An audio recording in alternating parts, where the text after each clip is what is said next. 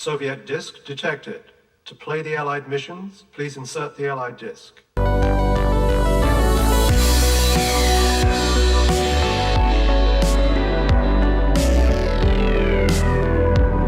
Hello everyone, I'm a broken robot. No matter who you ask, everyone has a favorite breakfast spot. Whether it's a mom and pop diner or one of the numerous chains that spread nationwide back in the 90s. Some people like IHOP for having both a large breakfast and dinner menu, while others enjoy Denny's for their low prices and 24/7 service. But in this robot's opinion, nothing is as better as an American than stumbling into your local Waffle House at 4 in the morning and getting a hot meal. Waffle House is famous for being a southern chain that only recently started to spread to the northeast and some parts of Texas and Arkansas.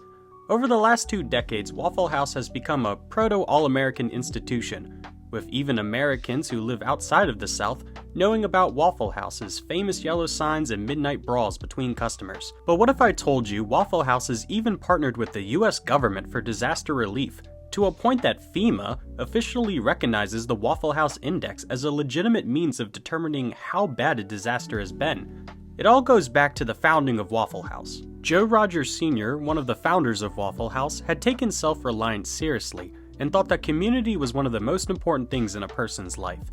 After serving in World War II as a United States B-24 pilot, Joe started working as a cook in 1947. By 1949, his resilient work attitude and PR skills had helped him climb the ladder in his area, and at the Memphis-based restaurant chain Toodles, he began to become part of middle management. After success in the restaurant management business, Joe moved south to Georgia for the warmer climate and to be closer to family. After moving into Avondale Estates, Joe met Tom Faulkner and they quickly became friends.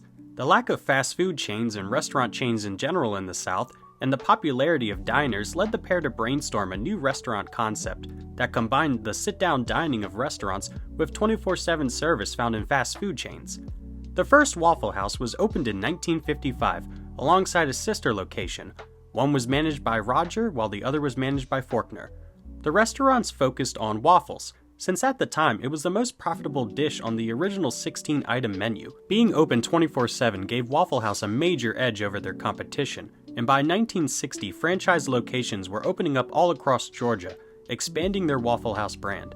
Still working within Toodles, in 1960 Tom Faulkner attempted to buy into the company so that he and Joe could expand their range of franchise locations to the north. Unfortunately, the declining Toodles restaurant chain refused to let Tom buy into their company, and Joe's conflict of interest kept most Waffle House franchises exclusively to the southeast. By the 2000s, Waffle House had began to buy out other breakfast chains. According to the Waffle House corporate website, in 2008, Waffle House bought out North Lake Foods and even repurchased locations of closed Waffle Houses from the 1970s with the intention of reopening the abandoned locations that had either been converted into mom-and-pop restaurants or convenience stores.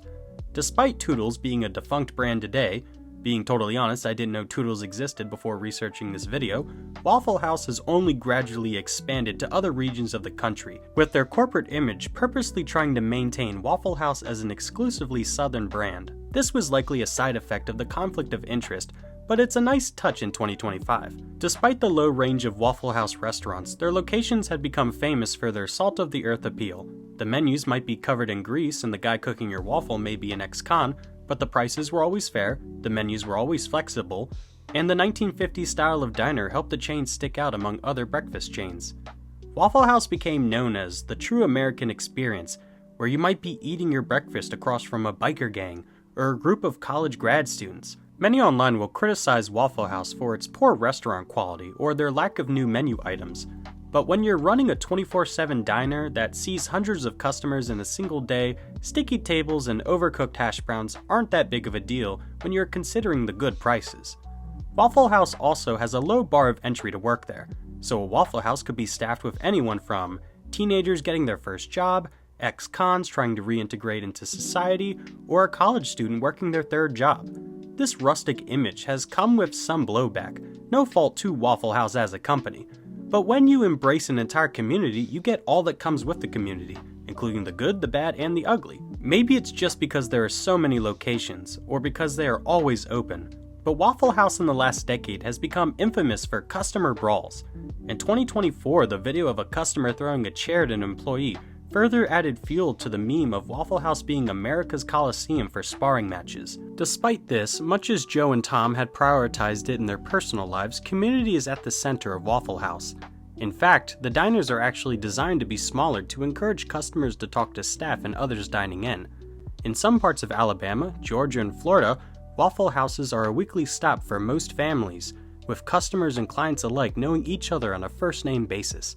This sense of community built around Waffle House in the Deep South is honestly a breath of fresh air in a time when most chains go for the universal appeal that lacks any personality.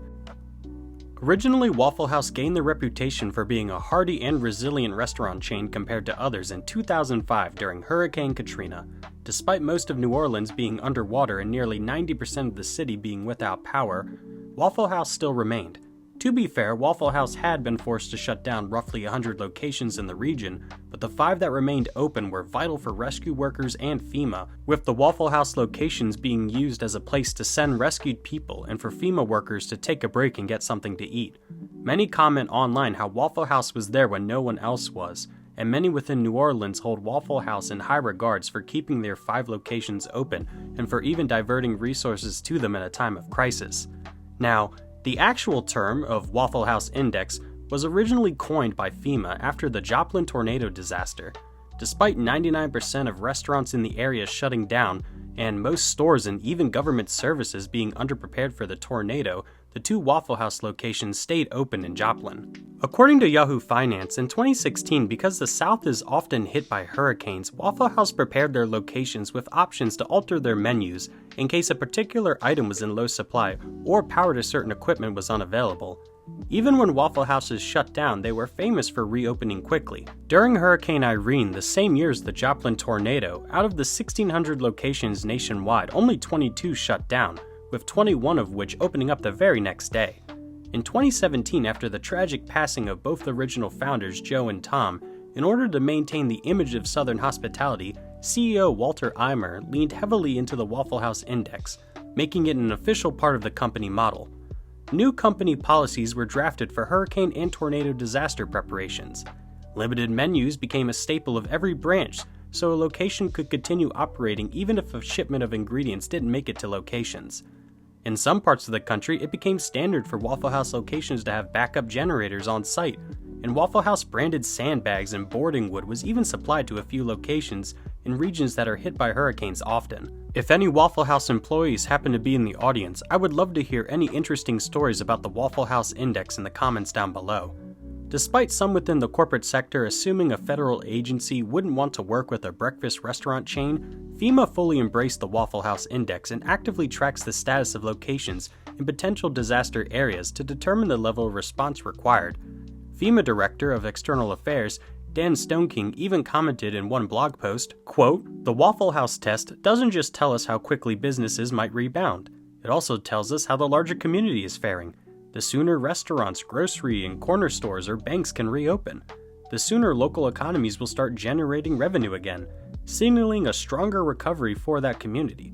The success of the private sector in preparing for and weathering disasters is essential to a community's ability to recover in the long run." The official Waffle House Index goes as the following. Green status. Green status means that a Waffle House location is fully operating. Green status is the most vital because if a Waffle House within a hurricane disaster zone is still operating, FEMA can adjust their response based on the metric of multiple locations in a given district or region. Yellow status. Yellow status means a location is at partial capacity. This can mean a variety of things, but usually it means a location is either running at half capacity due to a power outage, having a limited menu due to a lack of power or a lack of ingredients, or according to ACCU weather, it can mean a location has received minor damage but can still operate. Red status. Red status means a location has been shut down or even abandoned if the area is too flooded or dangerous.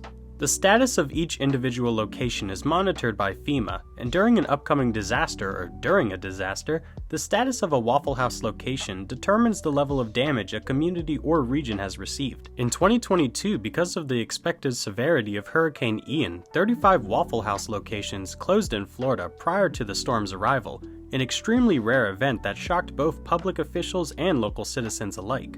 This encouraged FEMA to send an additional support unit to that area, and that region of Florida was better served thanks to it. In preparation for Hurricane Milton in October of 2024, despite some claiming that the hurricane would never go above Category 3, Waffle House announced that 25 Waffle House locations in the Tampa Bay area and 8 in the Fort Myers region would close, which had led many to assume that the storm would be much worse than it really was. This gained the attention of FEMA and led to further resources being sent to the area, which ended up paying off as Hurricane Milton reached a Cat 4. While the Waffle House Index isn't a perfect system that isn't always the most precise or accurate, it's a two birds one stone situation which only benefits local communities, much as the founders Joe and Tom would have wanted. It's examples like the ones I mentioned earlier that show that the cooperation between the private sector and a federal agency can go a long way. When McDonald's and Walmarts are shut down for weeks, Waffle House is there to help people who have nowhere else to go. When FEMA wants to know how badly an area is affected by a disaster, Waffle House's network of locations are a good starting point to decide how to react. I personally wish more companies embraced these types of things, and while Waffle House as a restaurant might not be a Michelin star restaurant, I think we all can agree that there's no better place to get a waffle at 2 a.m. than the old Waffle House. But what do you guys think? Is it odd that a federal agency partially relies on a breakfast chain restaurant to gauge their disaster relief? Or do you think it's a neat bit of trivia and a nice novelty coming from a major food company? But more than anything, I hope you all enjoyed the video and maybe even learned something new. Feel free to leave a like, that way I know you guys want more content, and it helps me out personally in the YouTube algorithm, so hey, thanks a bunch. Don't forget to subscribe and join the Robot Factory today. We cover a wide variety of topics here on the Broken Robot Show, from history, pop culture, gaming, and even philosophy. So there's always something for everyone here on the show. I hope you all have a great day, have a waffle for breakfast, and stay cool.